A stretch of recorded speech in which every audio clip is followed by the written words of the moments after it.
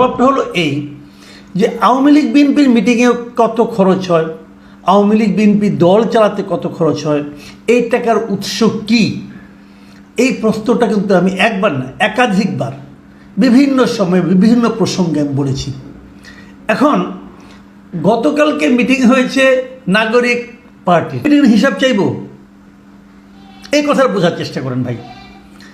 যাদের মিটিং হয়েছে তাদেরকে নিয়ে কথা বলছি, তো তখন যা যা আমার ভালো লেগেছে, যা যা ভালো লাগেনি সেগুলো নিয়ে কথা বলছি।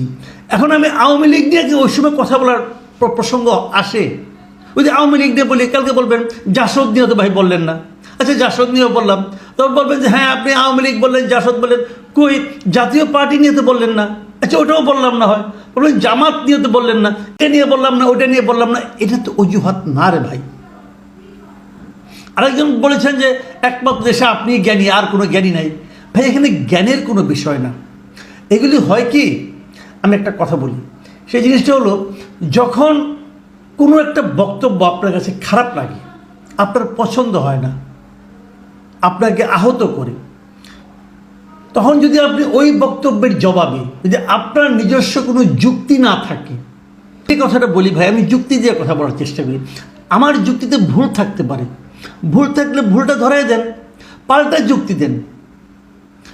আবল তাবল বলে তো কোনো লাভ নেই, আবল তাবল আমাকে মানে লাইনচ্যুত করতে যাচ্ছেন কেন? আপনার পয়েন্টে আসেন। কালকে মিটিং হয়েছে জাতীয় নাগরিক পার্টি, আমি তাদের নিয়ে কথা বলেছি। এখানে আওয়ামী লীগ বিএনপি অন্যরা কেমন আসবে? আরেকটা কথা বলি, যদি আওয়ামী লীগ বিএনপি ওরা যদি ভালোই করতো, তাহলে এই পার্টি নিয়ে আমি আওয়ামী লীগ বিএনপির মতো যাতে না হয়, সেটাই তো আমি জাতীয় নাগরিক পার্টির কাছ থেকে প্রত্যাশা করি। তারা যে কাজটা করে না, সে কাজটা এরা করবে বলে আমি আশা করি। এখানে অন্যায়টা কোথায়? এমন তো না যে তারাও এদের মতো, ওরা অন্যায় করেছে, ওদেরকে কেউ কিছু বলে নাই, অত এদেরকে বলা যাবে না, বিষয়টা তো তা নয়। একটা পার্টি যাত্রা শুরু করেছে, আপনি যদি দুষ্ট লোকের কাছ থেকে টাকা পয়সা নিয়ে পার্টি যাত্রা শুরু করেন, কোনো অ্যাকশনে যেতে পারবেন? পারবেন না তো। আর এই যে কথাগুলো বলেছি, এগুলো তো আমি না জেনে বলিনি রে ভাই। দেশটা তো ছোট, কে কোথায় যায়, যে কি করে, এগুলো তো আমাদের কাছে কিছু খবর আসে তো সেগুলোর উপর ভিত্তি করেই বলি।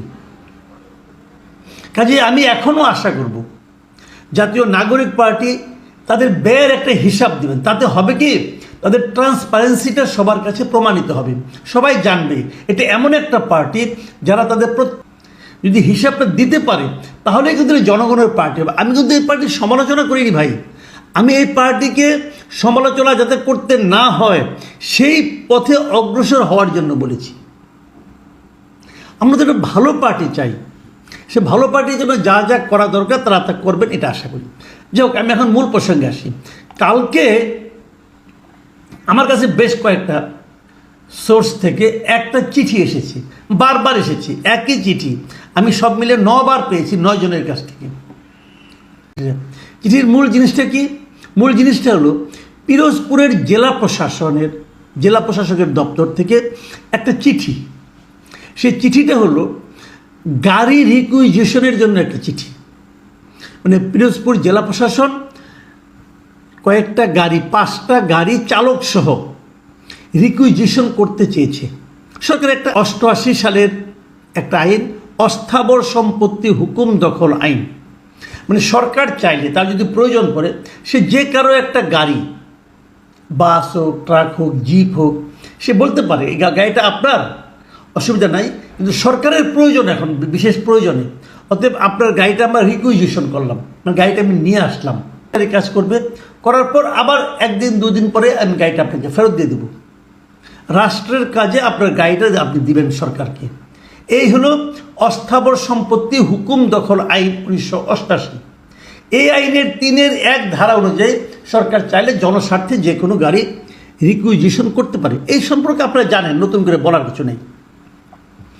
এই ধরনের একটা চিঠি পিরোজপুর জেলা প্রশাসনের কার্যালয় থেকে এদেরকে, তারা 5টা বাস তাদের প্রয়োজন, এবং সেখানে বলা হয়েছে যে এই যে কালকের যে সমাবেশটা হয়েছে, এই সমাবেশে ঢাকায় আসার জন্য, পিরোজপুর থেকে ঢাকায় আসবে, এই জন্য এই গাড়িটা দিতে হবে। এবং এই গাড়িটা নেওয়ার জন্য, তাদের কাছ থেকে নেওয়ার জন্য মোহাম্মদ মুসাব্বির মাহমুদ সানি, উনি হলো তার কাছে এই 5টা গাড়ি বুঝিয়ে দিতে বলা হয়েছে। এই চিঠিটা নিয়ে অনেক হইচই হয়েছে, আমার কাছেও এসেছে। আমাকে অনেকে বলেছে দেখেন এটা দেখেন, এইভাবে এই সরকার এই জাতীয় নাগরিক কমিটির লোকদের মাধ্যমে এই জাতীয় নাগরিক পার্টি যেটা হচ্ছে, এদেরকে নানাভাবে হেল্প করছে, সাহায্য করছে সরকার। যদি সরকার সাহায্য করে তাহলে এটাকে আমরা কিংস পার্টি বলবো না কেন, অথবা